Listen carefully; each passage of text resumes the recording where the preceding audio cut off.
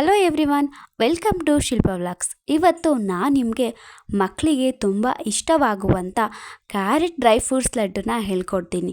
ಮಕ್ಕಳಿಗಂತೂ ತುಂಬಾ ಇಷ್ಟ ಆಗುತ್ತೆ. ಹೇಗೂ ಈಗ ಸಮ್ಮರ್ ಹಾಲಿಡೇಸ್ ಇರೋದ್ರಿಂದ ಮಕ್ಕಳಿಗೆ ಏನಾದರೂ ತಿನ್ನಬೇಕು ಅಂತ ಅನಿಸ್ತಾನೆ ಇರುತ್ತೆ. ಅದಕ್ಕೋಸ್ಕರ ಈ ರೆಸಿಪಿನ ಟ್ರೈ ಮಾಡಿ ನೋಡಿ. ತುಂಬಾ ಈಸಿ, ಕ್ವಿಕ್ ಆಗುತ್ತೆ. ಹೇಗಪ್ಪ ಮಾಡೋದು ಅಂತ ಹೇಳೋದಾದರೆ ಮೊದಲಿಗೆ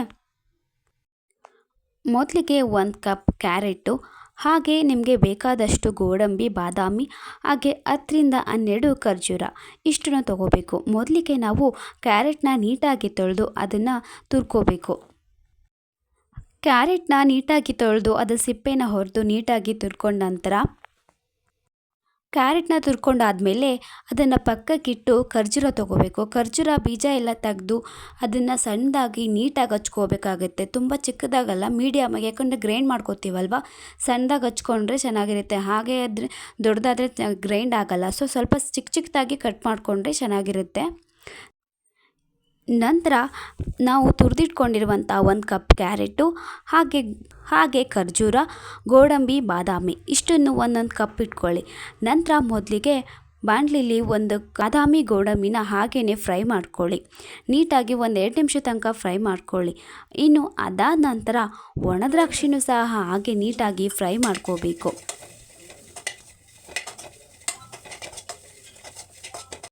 ಅದಾದಮೇಲೆ 2 ಟೇಬಲ್ ಸ್ಪೂನ್ ತುಪ್ಪನ ಹಾಕಿ ಕ್ಯಾರೆಟ್ನ ನೀಟಾಗಿ ರೋಸ್ಟ್ ಮಾಡ್ಕೋಬೇಕು. ತುಪ್ಪದಲ್ಲಿ ಹುರ್ಕೊಂಡ್ರೆ ಕ್ಯಾರೆಟು ತುಂಬಾ ಚೆನ್ನಾಗಿರುತ್ತೆ. ಕ್ಯಾರೆಟ್ ಹಲ್ವನು ಹೀಗೆ ಮಾಡೋದು ಸೇಮ್ ಇದೇ ಥರ ಇರುತ್ತೆ, ಆದರೆ ಡ್ರೈ ಫ್ರೂಟ್ಸ್ ಹಾಕಲ್ಲ.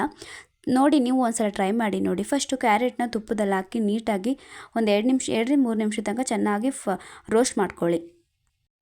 ಈಗ ಹುರ್ಕೊಂಡಿರುವಂಥ ಕ್ಯಾರೆಟು, ಬಾದಾಮಿ, ಗೋಡಂಬಿ, ಖರ್ಜೂರ ಇಷ್ಟನ್ನು ಸಹ ನಾವು ಮಿಕ್ಸಿಗೆ ಹಾಕಬೇಕಾಗುತ್ತೆ. ಫಸ್ಟು ಬಾದಾಮಿ, ಗೋಡಂಬಿ ನಂತರ ಖರ್ಜೂರನ ಹಾಕಬೇಕು. ಆಮೇಲೆ ತುಪ್ಪದಲ್ಲಿ ಹುರ್ಕೊಂಡಿರುವಂಥ ಕ್ಯಾರೆಟು ಇಷ್ಟನ್ನು ಸಹ ಹಾಕಿ ನಾವು ಚೆನ್ನಾಗಿ ಗ್ರೈಂಡ್ ಮಾಡ್ಕೋಬೇಕಾಗುತ್ತೆ. ನೀರು, ಹಾಲು ಏನೂ ಹಾಕಬಾರ್ದು. ಹಾಗೆ ನೀಟಾಗಿ ಗ್ರೈಂಡ್ ಮಾಡಿಕೊಂಡ್ರೆ ಅದು ಗ್ರೈಂಡ್ ಆಗುತ್ತೆ, ಉಂಡೆ ಥರ ಆಗುತ್ತೆ. ನಂತರ ಅದನ್ನು ನಿಮಗೆ ಯಾವ ಶೇಪ್ ಬೇಕು ಆ ಶೇಪಲ್ಲಿ ಉಂಡೆನ ಮಾಡ್ಕೋಬೋದು. ನಾನು ಉಂಡೆ ಮಾಡಿದ್ದೀನಿ, ಇಲ್ಲಾಂದರೆ ನೀವು ಸ್ಕ್ವೇರ್ ಶೇಪಲ್ಲಾದರೂ ಮಾಡ್ಬೋದು. ಉಂಡೆ ಮಾಡಿದ್ದೀನಿ. ನಿಮ್ಗೆ ಇಷ್ಟ ಇದ್ದರೆ ಅದ್ರ ಮೇಲೆ ಕೊಬ್ಬರಿ ಸಹ ಹಾಕ್ಬೋದು. ನಾನು ಕೊಬ್ಬರಿನ ಹಾಕಿದ್ದೀನಿ. ನಿಮ್ಗೆ ಇಷ್ಟ ಇದ್ದರೆ ಹಾಕ್ಕೊಳ್ಳಿ, ಇಲ್ಲ ಅಂದರೆ ಇಲ್ಲ, ಆಪ್ಷನಲ್ ಅದು. ಸೊ ಹೀಗೆ ಉಂಡೆ ಮಾಡಿ ಮೇಲೆ ಕೊಬ್ಬರಿ ತುರಿ ಹಾಕ್ಕೊಟ್ರೆ ಮಕ್ಕಳಿಗೆ ತುಂಬಾ ಇಷ್ಟ ಆಗುತ್ತೆ, ದೊಡ್ಡವ್ರಿಗೂ ಇಷ್ಟ ಆಗುತ್ತೆ. ಈ ಒಂದು ವಿಡಿಯೋ ನಿಮ್ಗೆ ಇಷ್ಟವಾಗಿದ್ದರೆ ಒಂದು ಲೈಕ್ ನೀಡಿ. ಹಾಗೆ ನಮ್ಮ